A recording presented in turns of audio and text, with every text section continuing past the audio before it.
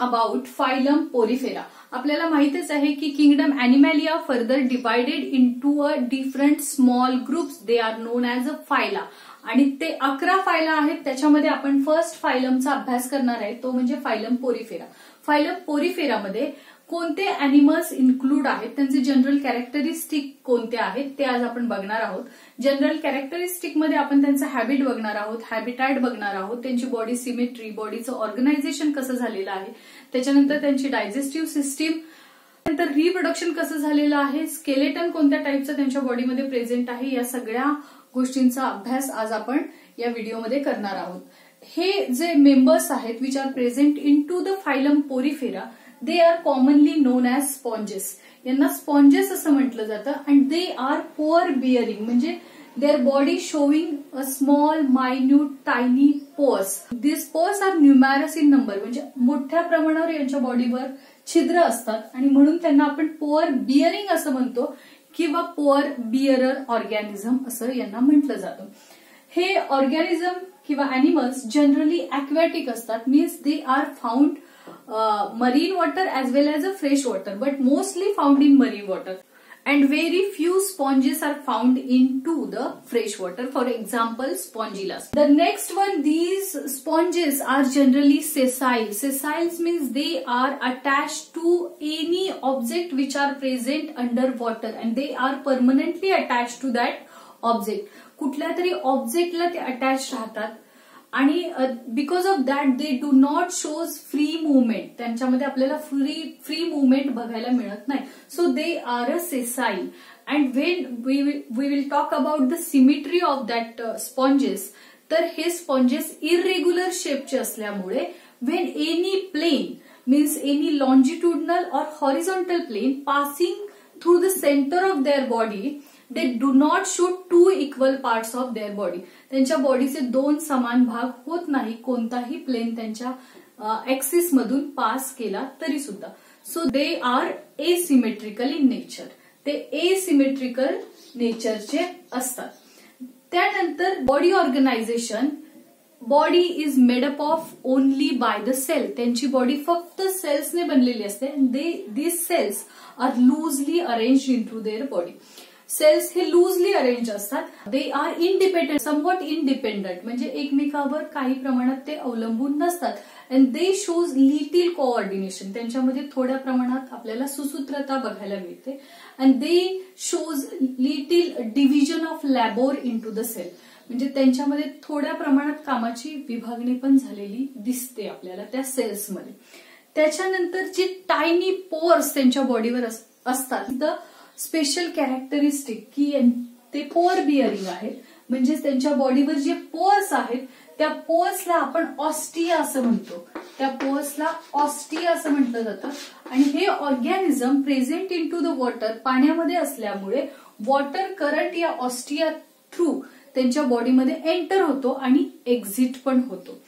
These all ostia leads into a one spacious central cavity, and that cavity is known as spongocyl. That cavity is known as spongocyl.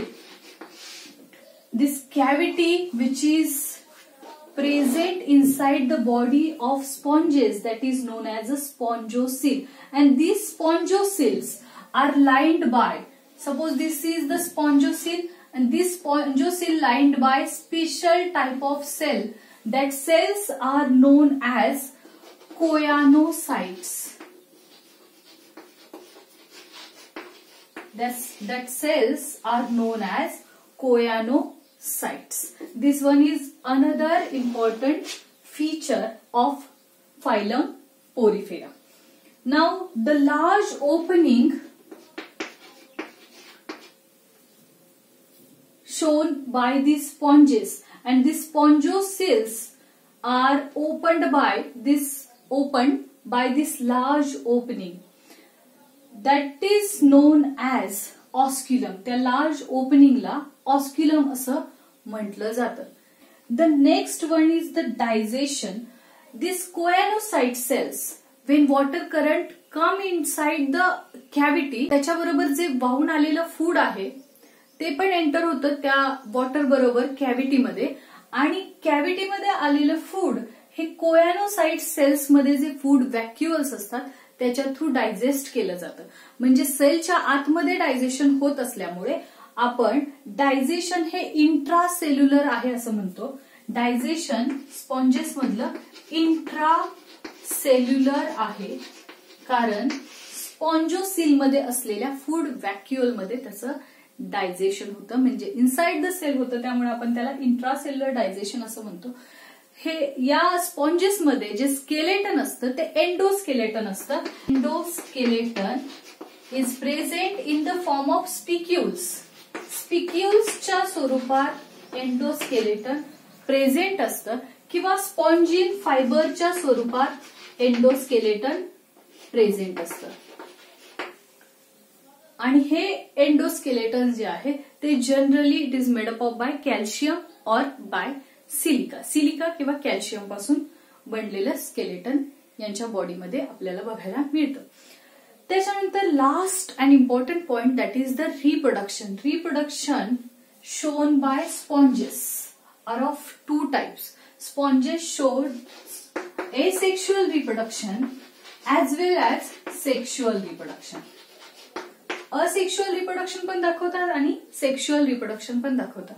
Asexual reproduction हे generally budding किंवा फ्रॅगमेंटेशनच्या स्वरूपात असतात. होतं budding किंवा fragmentation. Fragmentation मध्ये ऑर्गॅनिझमची body when divided into a pieces, each piece survive as a new individual. प्रत्येक पीस हा नवीन इंडिव्हिज्युअल म्हणून सर्व्हाइव्ह करतो किंवा ग्रो होतो. त्याच्यानंतर बडिंग यांच्यामध्ये इंटरनल महत्वाची गोष्ट, फायलम पोरिफेरामध्ये जेवढे मेंबर्स आहेत त्यामधले काही मेंबर्स हे बडिंग थ्रू रिप्रोडक्शन करतात. यांच्यामध्ये इंटरनल बर्डचं फॉर्मेशन होतं. म्हणजेच कशाचं, तर जिम्युलचं फॉर्मेशन होतं. Gemmule body inside the body form होणारा बर्ड आहे आणि त्याच्यामध्ये आर्किसाइट्स नावाच्या सेल्स असतात. त्या archaeocyte cells having a potential to form a new individual. Means म्युल मार्फत एसेक्शुअल रिप्रोडक्शन स्पॉन्जेस दाखवतात. सेक्शुअल रिप्रोडक्शन कसं होतं, तर सेक्शुअल रिप्रोडक्शन हे स्पर्म आणि ओवाच्या फ्युजनमुळे होतं. म्हणजे मेल गॅमेट आणि फिमेल गॅमेटचं फ्युजन होऊन झायगोटचं फॉर्मेशन होतं आणि सेक्शुअल रिप्रोडक्शन होतं. एका बॉडीमध्ये असलेलं स्पर्म्स हे वाहून नेले जातात through the water current in to the another body of sponges and there fertilisation takes place. तिथे फर्टिलायझेशन होतं आणि जे रिप्रोडक्शन आपल्याला बघायला मिळतं त्याला आपण सेक्शुअल रिप्रोडक्शन म्हणतो. आता हे फर्टिलायझेशन इनसाइड द बॉडी होत असल्यामुळे इंटरनल फर्टिलायझेशन असतं. डेव्हलपमेंट जी आहे डेव्हलपमेंट असते ते इनडायरेक्ट टाईपची असते. त्याच्यामध्ये लार्वल फॉर्मेशन होतं. आफ्टर फर्टिलायझेशन लार्वा फॉर्मेशन होतं आणि मग लार्वा डेव्हलप्ड इन टू ऍडल्टमध्ये त्याचं कन्व्हर्जन होतं. I hope you understand all the general characteristic of phylum Porifera. See you soon with the next video is the body structure of sponges.